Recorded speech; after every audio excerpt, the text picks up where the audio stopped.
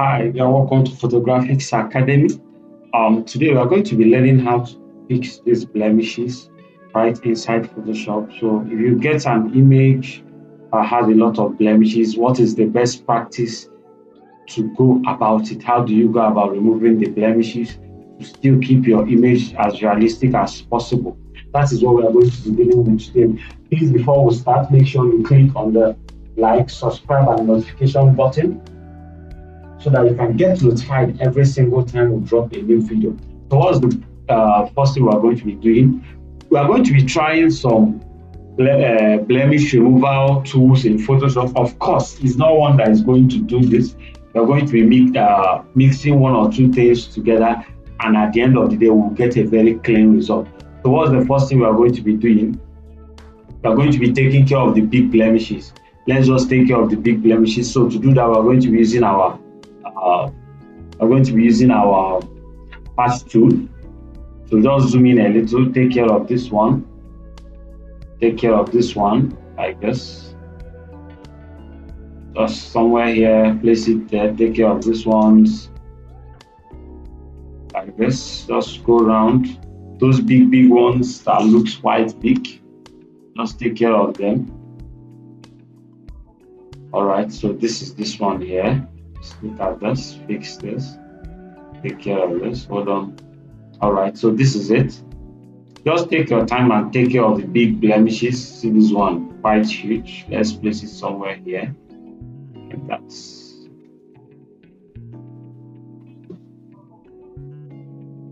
okay. Take your time, fix this one like this. Look at this one on her forehead, somewhere there. Place this one here. Fix this one. Try not to take it very far from the original place. You can't take from here and go and place it here. It's going to look weird. Just try to keep it somewhere close like this. But this one's over here. This one's over here. This one. So the reason I duplicated the layer is so that we can be able to look at the before and after. This is before, this is after. Very quick stuff, but we've already made a huge change already. So just take your time, get it fixed like this. Let's come down to our body, look at this part. Look at this one. Look at this part. Just get these ones done with. Okay. Just take your time, get it done. At this point, it's very important you take care of it from here, because the next step we are going to be taking after taking care of the big blemishes is going to really clean it up. But if you couldn't get it right here, it's going to affect your overall result. So just take care of it like this. I think we are cool. So we are going to be using our healing brush tool. Where is my healing brush tool? We're going to be using our healing brush tool to take care of it. I think I need to reset my workspace. Excuse me, let's put it to photography. All right, so we're going to be using our healing brush tool. Just pick your healing brush tool over this one. Just make it a bit bigger than the blemish, then click on it. It's going to take care of it. So this is how we are going to be doing it, like this. Just as quickly as you can. Do not drag. If you drag, it's going to look weird. Just keep clicking like this. Look at this one. If you think it's too small, you can make it bigger. Sorry, excuse me. All right, make it bigger. This like this. Take care of it. Look at this one. Look at this one. All right, so I think I'm cool. Let's do an overall before and after. I think we need to fix one or two more down here, like this. Just take your time and fix them. Take your time and fix them. Make sure you are getting a very good result. Make sure you are getting a very good result. All right, so this is the before and after so far. Before, after, significant changes already. So the next, let me flatten it. The next thing we are going to be doing is we are going to be using the technique of frequency separation, but in a particular way. I'm going to break the rule of frequency separation in such a way that it will allow us get what we want. So how do you set up your frequency separation? I'll duplicate. I'll name this one low, name this one high. Just close this, go to my filter, blur, Gaussian blur. So the blemishes I want to take care of, I'm going to leave it. So the rule is take away all the texture until you stop seeing the texture. When you stop seeing the texture, you stop. But now I'm telling you that the ones you want to, the blemishes you want to fix, make sure you take them away. Do not blur it, sorry. The blemishes you want to see, do not blur it. So I'm going to take it all the way to the zero, then maybe somewhere around here so I can be seeing it. Maybe somewhere around 4. Let's try 4. 4 is okay. I'll press OK. So I'm going to leave it at 4. Go and set up my details. Image, apply image. Put it to low. Make sure you are in subtract. 128 to press OK. Change it to linear light. If you are not familiar with this, just check out our channel. You are going to see a video, a detailed video on frequency separation, so that you understand what I just did. Press Ctrl T to merge it. Okay, so nothing is happening. I'll go to my low. Now, from here, you can do a lot. You can just create a new layer, clip it to the low frequency, take your brush. This is a quick one. I know it's not actually what we are doing, but this is a quick one. Take your brush, maybe set it around 5, then zoom in on your blemish. Like this. So let's say this is the blemish. I want to take it. I will collect this color from here and paint on it. It's going to take care of it. Something like this. Look at this. So if you think this is faster for you, just as it's going to make the work long. But will it work? Yes. It's going to work perfectly well. But just going to make the whole process long for you. So let's just look at it. This is before, this is after. It's already fixing the color shifts and all of that. But if that you are not going to go for that, of course I'm not doing that. I'm going to delete it. So just very quick, convert this to a smart subject, convert it to a smart object like that. Go to filter, blur, Gaussian blur. So as you are blurring, be looking at the image. The moment the blemishes are gone, stop. So let's do a quick 9. Let's try 18. Okay, so let's look at it. Beautiful. Are you seeing that? Beautiful. So I think at this point I need to stop, but see some right there. So let's just do 22. Let's do 22. Not enough. Let's do 25. Beautiful. So at this point I'm going to stop. Let's look at her face. Nice. So press OK. Press OK, select the mask, press Ctrl I, then use your brush, make sure your flow is high, maybe somewhere around 76, then start painting over the image like this. Just take your time and paint over the image. Very quick one. So the reason I didn't blur it out entirely is so that we can still retain some original details of her face, some original features of her face, rather not details, features of her face. Because if I blur it out, for example, if I blur it out and paint over here, I'm going to lose this line on the face, which is going to look really unrealistic. So just take your time, paint over it, especially on the parts that have the blemishes. Just paint over the skin. Take your time, paint over the skin like this. So this is going to do two things for you. It's going to fix not just the blemishes, but all the skin tones that are not properly aligned, like some places that have different colors in her skin. It's going to help you fix them. Like just the same way frequency separation makes your skin smooth and brings that level of uniformity to the skin. Just like this one, we are breaking the rule a little, so that we can use it to fix blemishes as well. It's just the same thing with frequency separation, just that we are breaking the rule a little. I don't think I want it here. So look at the nose somewhere here. Just take care of that. Of course, we are going to drop the overall feel or opacity later. So zoom out. Look at it already. Before, after. Look at that. So what we are going to do later is just to get back our skin texture, and we are good. So just quickly Let me paint over here like this. I don't think I want it there. It's looking waxed out. So there is no blemish here to remove. Let's go to her arm like this. Fix this. Paint this over like this. Look at that. Beautiful. Don't need it in her hand. Like this one here. So of course, we're going to come back and do a proper frequency separation to pull the whole skin together entirely. But for the purposes of this video, we're just dealing with our blemishes. So you can go and watch the official video on frequency separation so you can understand what is going on. Okay, so this is it. Look at this. Beautiful. I think I need to touch the neck a little. So let me just drop my flow, maybe somewhere around 20 something, and do a big paint over just one stroke. One stroke so it doesn't look totally off. Like this. Alright, so let's do a before and after.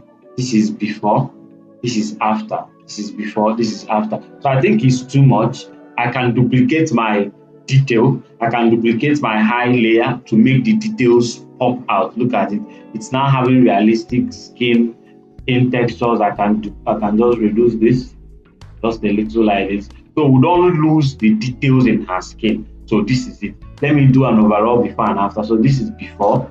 Let me zoom in a little. This is before.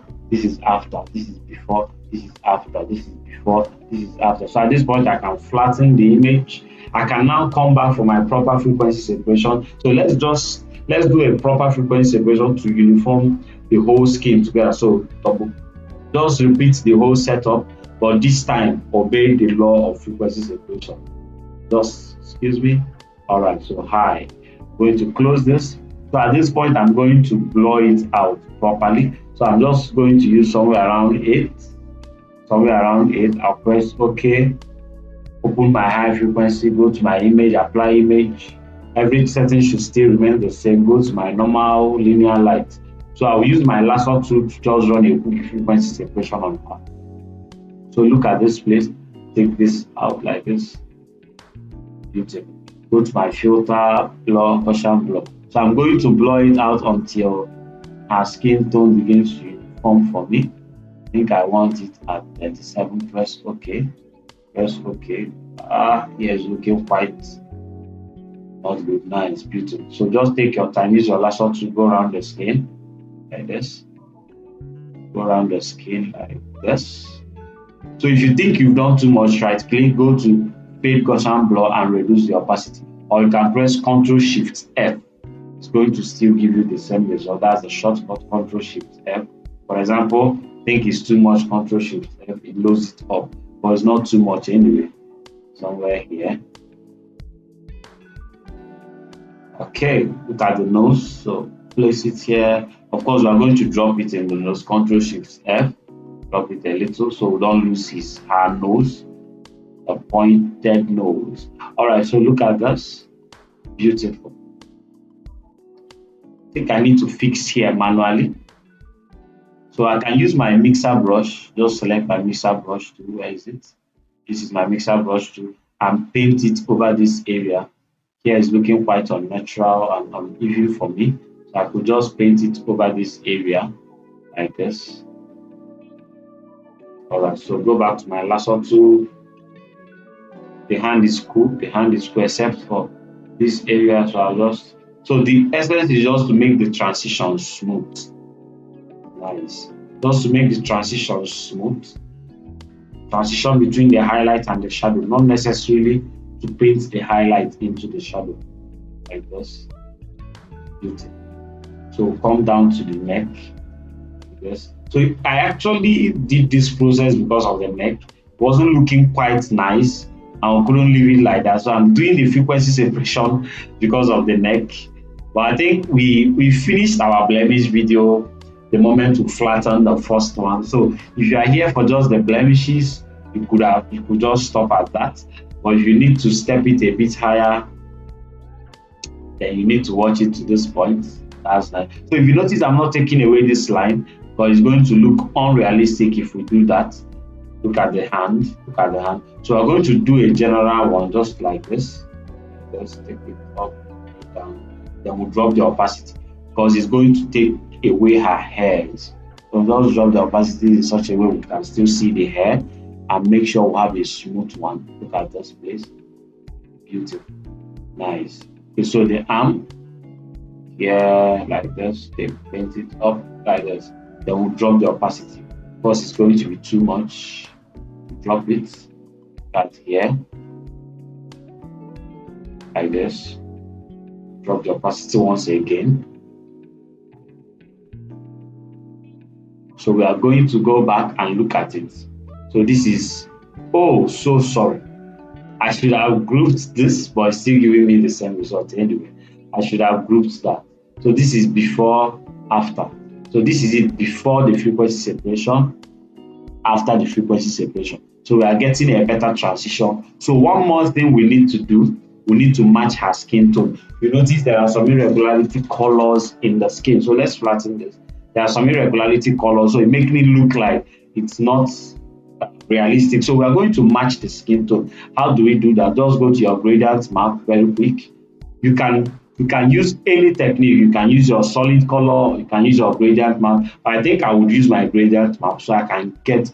So what I did is I closed the eye so I can generate a skin palette, a color palette from her skin. So go to your gradient map. So we're going to select it manually. Click here. This is for the highlight. So let me select the brightest part of the image somewhere here. Press OK. Click here. Select the darkest part somewhere here. Press OK. Then create one more point in the middle and select a mid tone. So this is the darkest part. This is the brightest part. So here should serve as a mid tone. Press OK. Press OK. Minimize this. So if you open it, you are going to have something like this. So I want to make sure that it's just limited to her skin. I wouldn't want to paint it. So I'll close the eye. You can leave it open. Go to select color range.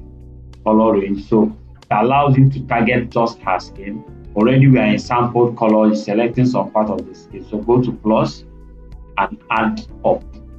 Add it like this. Add it like this. Look at this part. Nice. So I think we have gotten a very good. Reduce the fuzziness. I don't want it on the background at all. I think this is part of her skin. Let's add here. This is the shadow areas. Let's just add it up like this. So if we get some spills at the end of the day, can just manually fix that. Press OK. Change the blend mode to color. Change the blend mode to color. Reduce the flow somewhere like this. Beautiful. Look at that.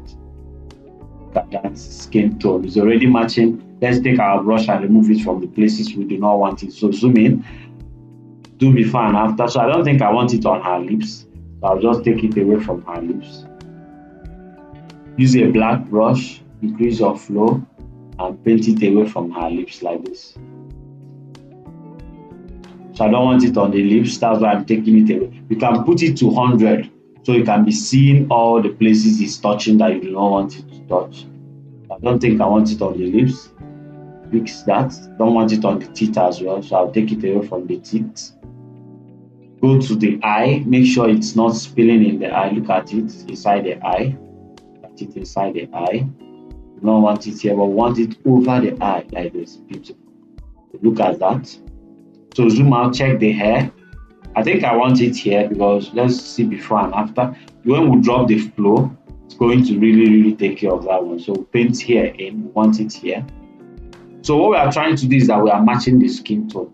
So it means that all the skin should be selected and matching the skin tone. Then we reduce it. So the reason we use gradient map is gradient map allows you to target colors that each part needs to have for that particular area. The colors each part needs to have for that particular area. It doesn't put over. It doesn't just flatten it. If we use a solid color, it's just going to flatten it for us. So let's drop the opacity of the fill. Maybe the fill, take it to 0. Let's see it before. So just start adding up. Once the skin tones match, you stop. I think I want it here. Look at it. Beautiful. So this is before. This is after. This is before. This is after. So this is how you can take care of your blemishes and match the skin tones. I think I need it probably somewhere around 60. Let's keep it at 60. Beautiful. So this is it. Let's do an overall before and after. I'll flatten it. Let me just load up my history. This is my history. So this is the image when we came into Photoshop. Look at it. This is the image when we came into Photoshop. Then this is it after the whole work. This is it after the whole work. This is it before we came into Photoshop. This is it after the whole work. Beautiful. So this is how you can take care of your skin blemishes in Photoshop. Thank you for watching. Please do click on our subscribe button and notification button to always get notified every single time we drop a new video. Take care.